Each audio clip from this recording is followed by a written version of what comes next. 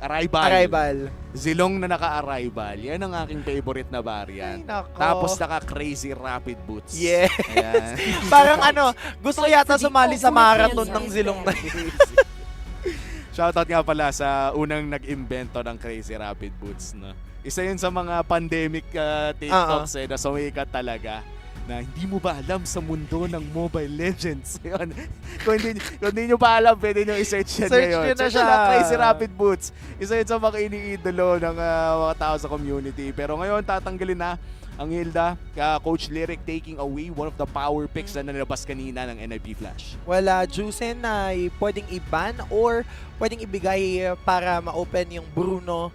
Either way, kung sino man yung i-open dito ng NIP Flash ay definitely something that we need to watch out for na baka if first pick ng Twisted Mind. So, strong pick ang Zushin or Hylos, either of the two. I think if your Twisted Minds, Hylos could be the pick. The Suyu is still available kung sakali. And 7 Oda, hindi masaya yung naging laro niya sa Nakaraan, game number 2. But I do feel like that's way better than giving it. Kaysa true. ibigay mo na lang kay Hades, kunin mo na rin lang. Siguro kapag kinuha mo na to, just be prepared na baka may Cho na naman. Pero binan nila yung Cho. Honestly speaking, dahil nakatanggal yung Cho, kunin nyo na. Kunin nyo na yung Suyo, boss. Kunin nyo na. Ang magiging worry nyo na lang if kukunin nyo yung Suyo at this point in time, Hylos Zushin yung pwedeng maging response ng NIP Flash. So pili na lang sila. Ano yung gusto nilang evil kasi either way mahirap yun. Hylos Zushin to or Zushin Gatot most likely.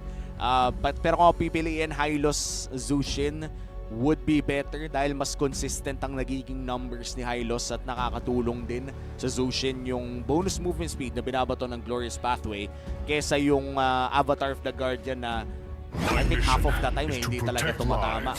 Ayan na. The Hylos locked in. Zushin na to, bossing. Huwag na kayo mahiya. Oo nga, huwag nang magpatumpik-tumpik pa. Alam naman na natin eh. Kurt, please naman. Ayan na, di ba? Zushin.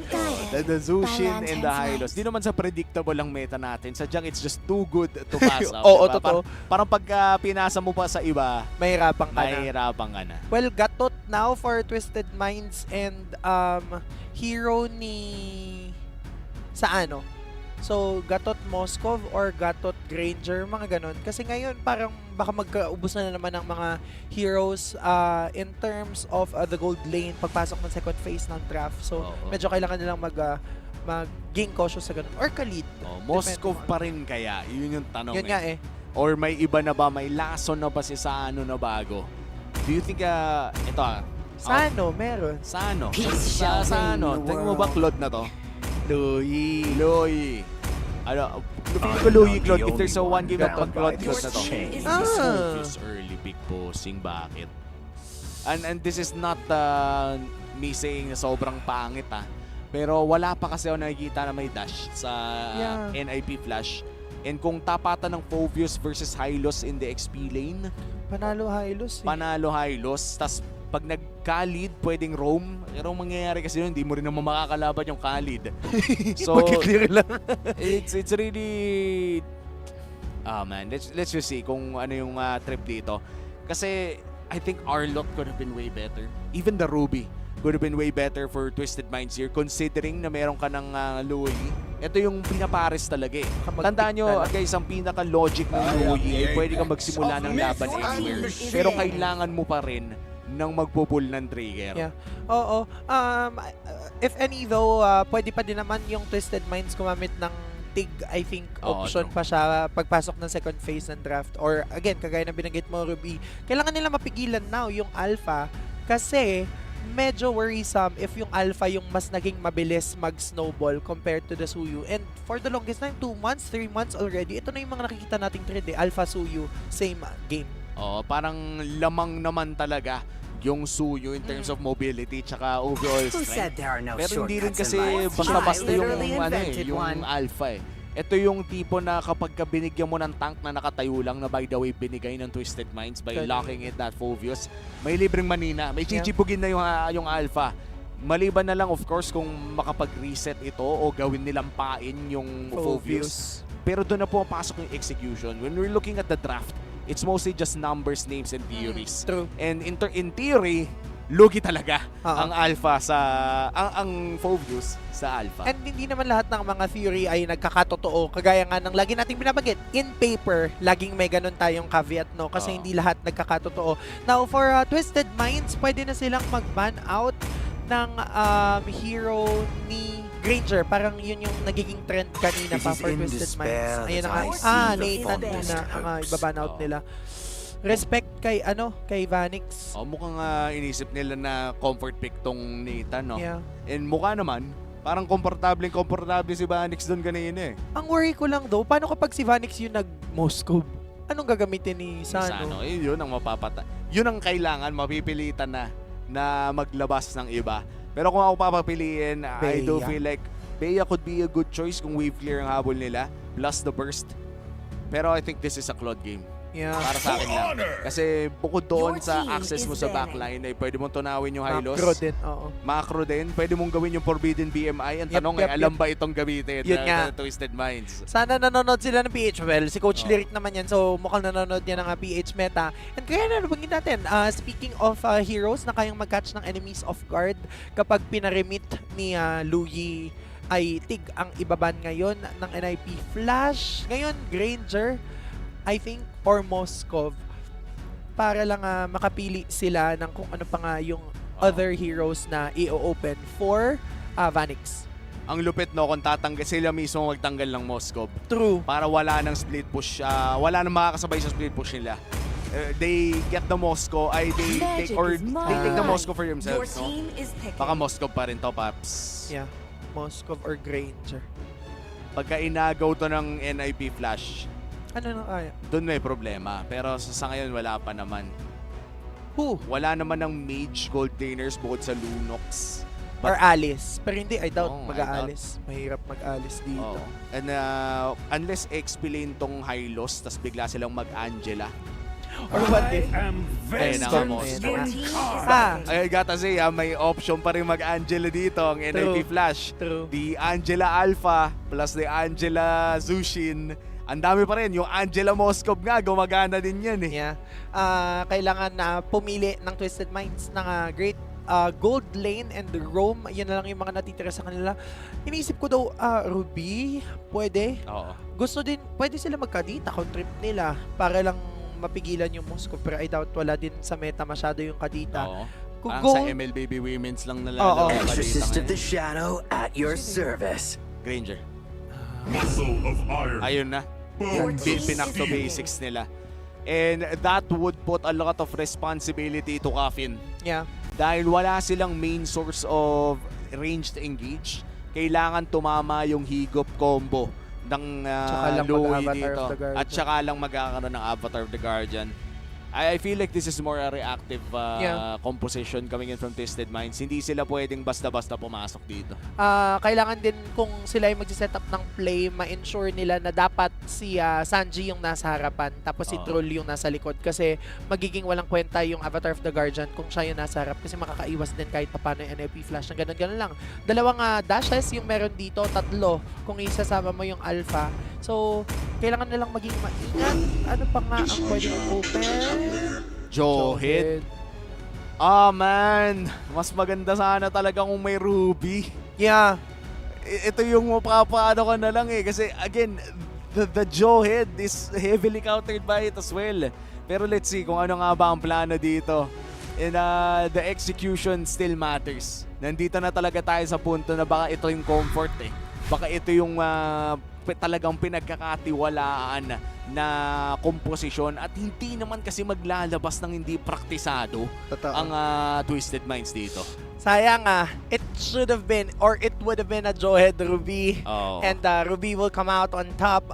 But now, mukhang ang kanilang magiging pick ay gumamit ng Gatot Kacha. So this is a matter of being able na makastick dun sa frontliners and for Coffin na makagawa ng plays using the diversion. At dito na nga natin malalaman ang katapusan ng pinakaunang serye ng araw na to. Sino nga ba ang mananaig? Will it be Twisted Minds or will it be NIP Flash? Singapore versus MENA. Pasok na tayo sa Land of Dawn. Mukhang magkakaroon ng malupitang dish dito sa 7 Oda. At same to be said, para dito kay Hades. Oo. Alam mo, hindi ito daw yung rotation na nakikita natin usually na ginagawa ng mga Jawhead players. Usually nandun sila sa kabilang end ng minion buff, ay ng mga ng buffs, pero ngayon hindi gano'n ang ginawa. But still, mas mabilis yon compared to the leash did done. No. Ginawa. Hindi na alam kung ano yung tamang participle, pero yun na nga yung ginawa dito ng Twisted Minds. At parang ganyan din ang nakita nating rotation mula sa NIP Flash. Every time na makakuha ka talaga ng mid-priority, Elito Wanderer talaga ang rekta mo. Sino nakakuha nun? No? May retribution na nagamit. I think it was Hades na nag-secure nun via the retry. And in this gold lane, mukhang tahimik naman ang isa sa pinaka-tahimik na matchup na pwede natin makita. May agreement yung dalawa na magpa-farm muna sila. Oo. Ayaw din nila na magguluhan at this point in time, considering na kapag nabasag na yung equilibrium na meron, yun na yung pagsisimula ng bakbakan para sa parehas nating koponan. But meanwhile, mukhang si Hades ay tinutulungan ng kanyang mga kakampi na makuha yung mga natitirang jungle creeps dito ng Twisted Minds. Oo, and Twisted Minds, no, na mukhang ayaw muna talaga nilang pumalag until they do have access sa diversion na yon. And Troll, wala pa rin ang mga avatar sa Guardian, pero 7 Oda mukhang ibabalibag siya, and Hades, immediate burst down. Wala na agad ang jungler ng Twisted Minds. Partida, wala pang unstoppable force yun. Flicker lang at ejector yung kinailangang gawin ni JPL. And with that, magiging madali for NIP Flash na kunin ang unang pagong ng laban. Nandun lang din man yung mga missiles na nagmumula dito kay JPL. Si Troll yata ang susunod magiging weak na mapapare-vitalize ito. Yung turtle pa din ang focus ni Hades. Kaya lang meron pang added casualty na si Troll. Naipit pa. Biruin mo, nagbigay lang ng vision, pero dahil nga sa crowd control na meron ng NIP Flash at pati rin yung slow na binibigay ni Diablo, piling ko na wala na siyang choice. Tandaan natin, the more we stay with the high loss, habang tumatagal, mas lalong lumalagkit. Yep. At ang sama talaga nun kapag high loss yung kalaban mo, better, wag mo na lang tikitan. Oo. As much as possible, ayaw mo na mag-extend yon kasi the moment na mag-extend, ikaw yung malulugi. Kahit sino actually, na napansin ko, XP laners, kayang-kaya. Pero speaking of kayang-kaya, si Troll ay yakang-yakan nila. Babagsak na naman. Pinali, parang volleyball lang, no? Sineset ni JPL, tapos isa spike ni Dis. Ganon-ganon lang. Grabe yung setup na pinapakita ni JPL. And so far, nagiging effective yun lahat in their favor. Ejector, wala din kasi silang pamigil. Parang no? This is very, I think, similar sa dating ginagawa na Jawhead Julian. Yep. Na kapag binato sa Julian, merong upgraded first skill na sisira sa buhay nung nabato.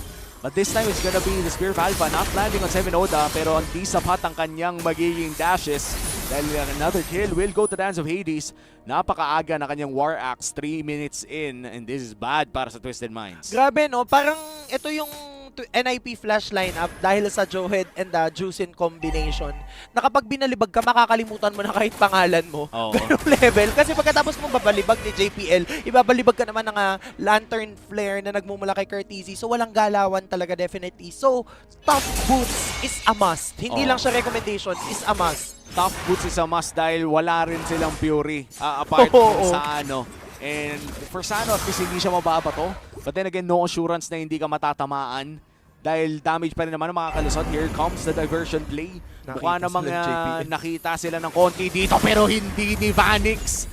Hindi niya na-receive yung warning din. Oo, wala pang signal. Sabi nila, nandito lang naman sila sa bush, naglatag na ng Glorious Pathway, pero natin lang naman ang pag-respond na nagmumula sa Twisted Mind. It's 5 versus 4. Mabubuhay pa din naman dito si Hades. Unang babagsak si Troll, pero si 7 Oda natin lang din naman tumama. Yung Death Sonata coming from Saano, kaya ngayon Twisted Minds will be able to secure the second turtle of the match. First Louis play successful para sa Twisted Minds. At dahil dyan yung 1-5 na lead kaya na NIP Flash ay nakalahati na nila, pero yung Louis ay successful iting mahihila. At ayan na nga po yung kinikwento namin paulit-ulit kung bakit napaka-lakas ng Zushin Hylos. Dahil the moment na magdikitan ka ng slow, hindi mo na kailangan goodbye. isipin. Goodbye na po yan. Wala pang hello love.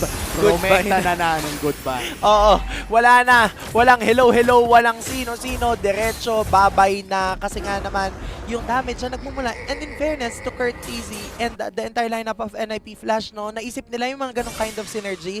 Yung synergy ng Johead Zushin, naisip nila yung synergy ng Hylos Zushin. So, mukhang a lot of thought nagpunta dito sa pagbuo ng draft na to. Oo, and for NIP Flash, yung early game na lamang nila ay kailangan pa nilang dikdikin. Yep. Kasi pakiramdam ko yun, no, kung Twisted Minds ka, antay ka lang talaga ng opportunity for another good Okay, diversion yeah. play. Pero kay NIP Flash, nasa kanila pa rin yung bola. If hindi nila mapabilis tong laro na to, baka matalo sila. Oo. Again, this is a Granger. Scaling late game marksman na po ang Granger ngayon. Technically not a marksman para itong mage assassin at si Hades ngayon ang target. Kaya naman isa na ang babagsak para sa NIP Flash. Another stack secured na naman. At si JPL na ata ang isusunod. Siya naman ang stumak dito. Si 7-0 na naman ang kumuha. Oo, grabe. Yung nagiging mabilis na rotation from NIP Flash ay faster response coming from Twisted Minds. Bumagsak si JPL at si Hades habang nandito lang din mga lanterns na nagmumula kay Curtizy. Grabe yung ginawa niya. Tinanggal niya dun sa diversion play para mawala, hindi makababa. Hindi ka sasama dyan. Tinampot palabas eh. Nasaraduhan. Alam mo yung yung papasok ka ng kotse tapos sumabay yung alaga mong aso. Tapos tinanggal mo na lang. Yun yung ginawa eh.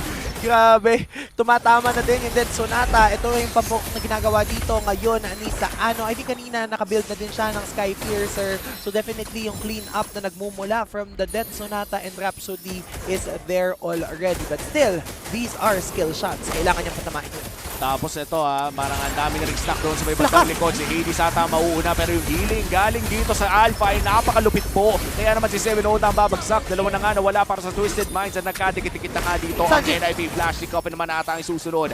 Vanix makakapag-free hit pero si Sanji ay nandun ng iwan na sa may likod at pakapasukin na nga siya ata dito ni JPL pero si Curtizy ang tatangke. NIP Flash pa nga ang nakalamang. The healing coming in from Hades. Grabe. And alam mo, response after response. First turtle, NIP Flash nakakuha, Twisted Mind second, and then third, NIP Flash ulit. And sobrang lalaki ng mga team fight na nagaganap just to be able to secure those turtles. And yung kalamangan ngayon, malaki na yung pinangawakan ng NIP Flash kasi better yung naging simula noong last turtle fight. At mukhang sinusulit na nga nila yung diversion o tuwing up. Umuulti na TP lang. agad, oo. TP agad para makahanap ng response dito sa play na ginagawa ni Vanix sa taas na by the way ay naiwan siyang mag-isa. Kaya naman pala kinailangan na nilang mag-diversion kasi wala silang makuhang trade kung sakaling di sila nag-ulti doon. Oo. And nagiging mabilis na din naman kasi Malefic Roar has been picked up ngayon by Saano. Dito ulit papasok yung naging may sagot natin sa ating metanong kung ano yung gagamitin ng ating mga marksmen. And for Vanix, I think Malefic Gun ay makikita nating bubuin kung gusto man niya yung buuin kung yun ang kanyang goal. But then right now, sumasakit na din naman kahit papano yung mga balang pinapakawalan ni Saano. Oo, yung at least yung Death Sonata ay nararamdaman na. But tandaan natin, medyo mabilis pa maubos yung energy. Ngayon, dahil early game pa lang, mamayang late game yung magugulat, tayong 5 na yung kayang ibira. Pero sa ngayon, hanggang 3 pa lang, hanggang 3 rounds pa lang ang kayang ibato niyan. Oo. Hanggang max 3 rounds pa lang ang kaya niya sa na combo ng Rhapsody pati Death Sonata. So the moment na mag-extend later on into the match, then yun yata yung abangan natin. Magkakaroon na din naman ng Trinity ngayon. Si Vanix, lamang ng 800 si interesting yan Interesting kahit lamang ang NIP Flash as a team, most of their gold ay talagang nasa Zushin. Yeah. Pati na rin na somehow pinaghatian ng XP lane at pati na rin ang jungle. Kung tutusin, lugi talaga. Nalugi pa yung Moskov. So this is really good for your Twisted Minds. But with this Lord take, kailangan talaga ay may mapitas muna sila at perfect ang kanilang pwesto. Johead, nag-conceal. Nice defensive play from JPL. Oo, makikita yata nila doon yung jungler. Sa dami ng pwede mong makita yung jungler pa. Tapos ito lang susunod mong makikita. Avatar of the Guardian para umiska po. At ngayon, ang gagawin ng NIP Flash ay basagin ng mid lane turret. Tapos mabilis na pagpuksa doon sa Lord. The intergalactic conceal coming in from JPL.